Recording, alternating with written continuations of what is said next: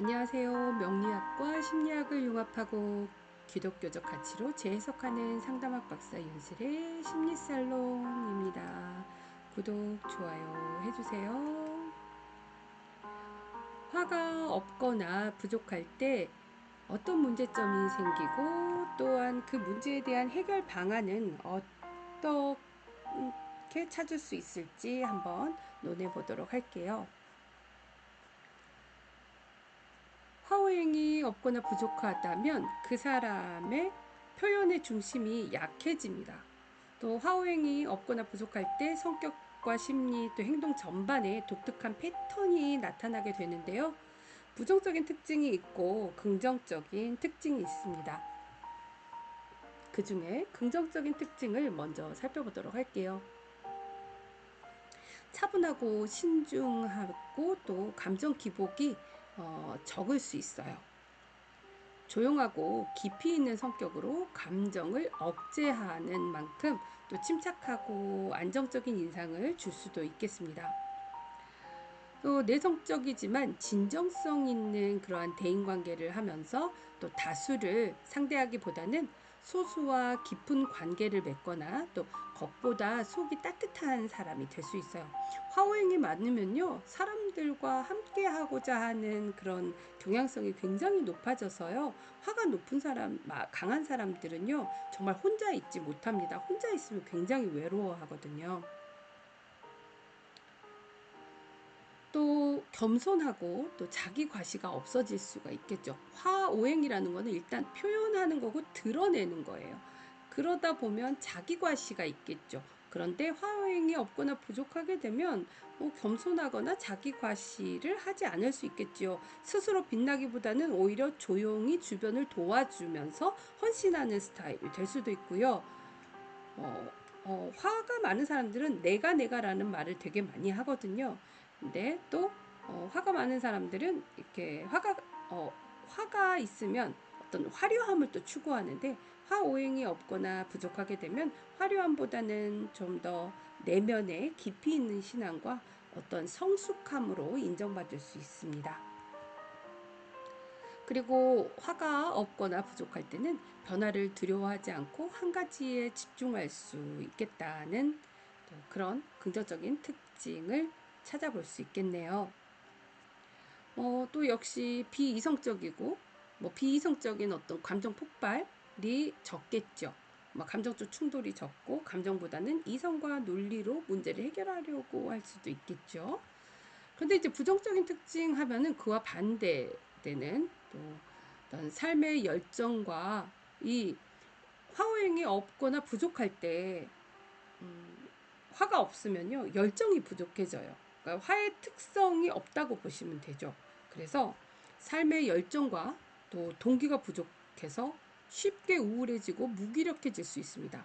그리고 도전과 모험을 피하려는 경향성이 높아지고 새로운 기회를 놓칠 수가 있겠죠. 그러니까 목화가 없는 사람들은요, 새로운 도전이나 기회를 굉장히 놓칠 수가 있습니다. 또 영적인 체험이 부족해서 하나님과의 친밀한 관계를 형성하기 어려울 수 있습니다. 또한 감정 표현이 서툴고 또 어떤 자존감이 약해지고요. 자신감도 부족하고 또 열정이 부족해서 무기력하다고 또 했었죠. 무언가에 불이 붙는 그런 경험이 적기 때문에 금방 식거나 시작을 하지 못하는 그런 경향성이 있는 거거든요. 어떤 사교성이나 이런 인간관계에서도 거리감을 가질 수가 있고 또 기쁨이나 어떤 웃음이 부족할 수가 있겠죠. 행복하다는 느낌을 덜 가질 수가 있고요. 또 우울감이나 그런 정서가 무채색이라고 해야 될까요? 그런 경향성이 있다. 또한 이제 신체적으로는 심장 관련 질환 그리고 피로감 또 순환의 문제가 있을 수 있습니다. 에너지의 이런 순환이 느리고 또 몸이 자꾸 무거워지고 답답합니다. 특히 이제 화오행과의 반대의 수는요, 정말 몸이 무거워지거든요. 금수가 많으면. 그래서 또 화오행이 없거나 부족할 때는 화오행이 있어야 몸이 좀 또 가볍게 이렇게 또 이 화는 퍼지는 기운이고 공기가 분산되어 있는 것 같으니까 훨씬 가볍겠죠. 물은 위에서 아래로 흐르고 밑으로 가라앉는 거니까 무겁겠죠. 자, 이렇게 또 화호행이 부족하면 이렇게 활력과 열정이 부족하고 영적인 체험의 의미도 희미해질 가능성이 있겠다. 그래서 하나님의 임재 안에서 더욱 회복할 수 있는 것이 화 그리고 그 화의 기쁨입니다.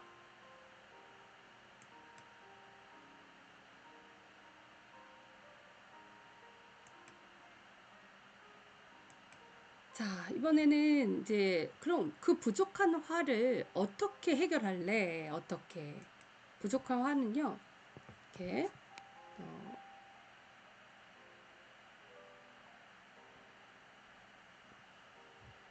목으로 화를 보충합니다.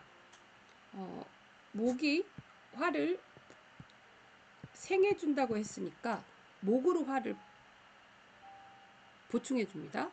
화를 키우는 방법은 목으로 화를 보충해주거나 화 자체를 키우는 방법인데, 자, 목생화해서 나무가 불을 피울 수 있도록 하는 연료이니까 목생화를 해주는 거예요. 그렇다면 목이라고 하는 것은 성장을 의미하죠. 성장. 그리고 그런 성장의 추진력인데 창의력을 통해서 열정과 또 그 창의력을 표현하는 어떤 또 기쁨을 만들어내는 것으로 목을 사용할 수 있습니다. 그렇다면 창의적인 또 살아있는 활동을 시작해 보는 거예요.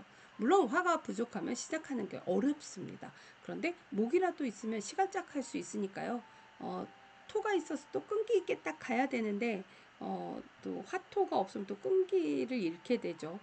자, 글쓰기나 그림 만들기, 뭐 그림 그리기, 또 어떤 만들기, 창작하는 거, 이런 생산적인 창조 활동을 하면 좋겠고요. 블로그를 시작한다거나 노래를 작곡한다거나 캘리그라피를 뭐 해본다거나 뭐 정원을 가꾸어 본다거나 창조적인 행위로서 또 성취하고 기쁨으로 이어져서 화로 연결되면 좋겠습니다.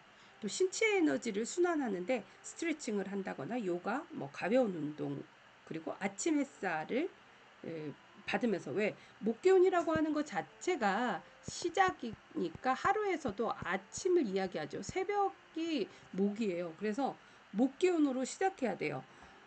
그러니까 아침 운동이 좋겠죠. 아침 햇살 또 햇살 아래에서 걷는 것. 목기운과 화기운을 동시에 키우는 방법으로 또 햇살 아래에서 걷는 방법을 추천해 드릴 수가 있겠네요. 그리고 식물을 돌본다거나 자연을 또 연결해보는 나무나 또 초록 식물을 돌본다거나 정원 가꾸기 그리고 등산을 하고 또 숲속에서 명상하고 또 목과 연결되면서 마음이 열리고 감정에 또 생기가 생길 수가 있겠습니다. 이거는 이제 내면의 불을 일으키는 감정적인 방법이에요. 장기적인 계획을 세운다거나 실행 루틴을 만들어서 긍정적인 변화를 꼭 가져올 수 있도록 작은 성공의 축적, 또 화해의 기쁨과 자신감으로 연결될 수 있도록 그 루틴을 활용하는 것이죠. 네, 목생화하는 것은요, 하나님이 우리에게 주신 어떤 생명과 사명이 자라서 불처럼 뜨거운 사랑으로 만들어져서 또 헌신으로 발전하는 것이거든요. 그래서 그 생명과 사명감이 자라게끔 해주는 것이 목이다.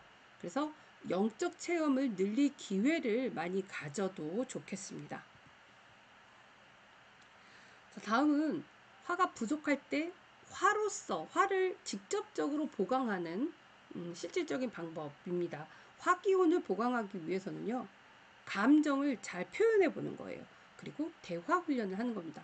화는 그냥 이제 표현이 잘 안 되니까 감정을 또 마음에만 두지 말고 또 꺼내서 말해보고 화기운이 없거나 없는 분들은 부족한 사람들은 일기를 쓰거나 감정을 공유하면서 또 친구에게 자기 속마음을 표현한다거나 뭐 연극이나 이런 어떤 발표회 또 낭독 같은 자기 표현 훈련을 하면 좋겠죠. 그리고 기쁨을 주는 활동에 몰입을 하면 좋습니다.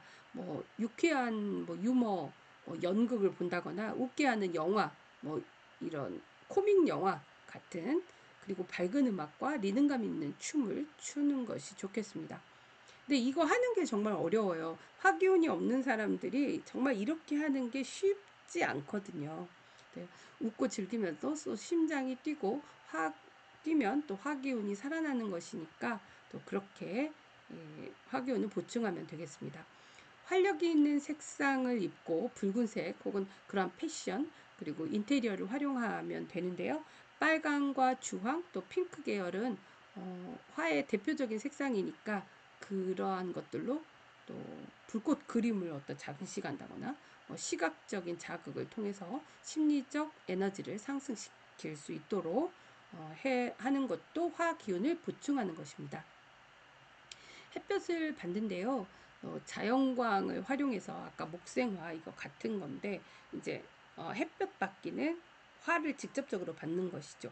자, 그래서 햇빛이 바로 곧 화가 되기 때문에 오전 9시에서 11시 사이에 햇빛을 보면서 걷는 거나 자연광을 또 들어오는 환경 자체를 만들고 커튼을 열고 바깥으로 나가고 또 태양광을 노출을 시키는 것들, 그리고 열을 내는 음식을 섭취하고 화기운을 키우는 음식, 생강, 마늘, 고추, 계피, 인삼과 같은, 그리고 따뜻한 차, 생강차, 유자차, 계피차 같은, 또 어떤 그 뜨거운 국물 요리, 육개장, 찜 요리와 같은 열을 내는 음식들, 그리고 화기운이 이제 쓴맛을 나타내죠. 왜냐하면 화기운은요, 음식이 탄 걸 생각하시면 돼요. 그래서 탄 맛이에요. 쓴맛.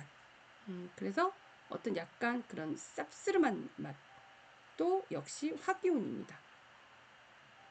열을 내는 음식은 금방처럼 생강차나 유자차, 계피차. 자, 그리고 땀나는 활동을 하는 것이 좋습니다. 이제 화기운은 땀과 함께 또 이 살아나는 것이니까 댄스를 한다거나 달리기를 한다거나 격한 유산소 운동을 한다는 거나 사우나에서 땀을 뻘뻘 흘린다거나 그러한 것도, 또 반신욕을 계속 해주는 것도, 따뜻한 물 속에서 또 이 땀이 나게 하는 것도 효과적입니다. 자, 이렇게, 그리고 이제 마지막으로는 예배와 찬양, 기도로서 화의 에너지를 활성화하는 방법이 있겠네요. 네, 이게 화 자체를 강화한다는 것은 성령의 불을 되살리는 그러한 기도와 또 찬양, 이러한 말씀 안에서 화가 살아날 수 있으니까 또 그렇게 기쁨을 회복하길 여러분들께 또 추천드립니다. 하나님이 주신 열정과 빛 에너지가 바로 화의 에너지다. 너무 강하면 절제와 평안을 배우기가 어려워요. 그래서 절제와 평안을 배워야죠. 너무 약하면 또 새로운 도전과 영적 체험을 하기 어려우니까 하려고 노력해야 되죠. 그런 영적 체험을 늘려야 합니다. 우리는 좀 부족하지만 하나님은 완벽하시니 우리의 연약함을 하나님의 은혜로 채워가는 것이 또 신앙이니까 우리가 이 하나님의 뜻을 따르고 부족한 부분을 채워가는 것도 또 신앙과 성장의 과정이라고 생각합니다. 명리학을 운명론이 아니라 선택과 의지의 학문이라고 바라본다면 우리가 운명에 갇혀있는 존재가 아니라 하나님 안에서도 또 선택할 수 있는 어떤 자유를 가진 존재이니까 우리의 또 삶을 살아가면서 오행의 균형을 맞추어서 어떤 체험을, 경험을 통해서 스스로 오행의 균형을 맞추어 가거든요. 그렇게 살아가면서 또 보완 하시기를 바라고요. 다음 영상에서는 화가 너무 강한 사람의 특성과 또 문제점과 해결 방법을 살펴보도록 하겠습니다. 감사합니다. 윤술의 좋아요, 윤술의 심리살롱 좋아요, 구독해주세요. 여러분의 사랑입니다.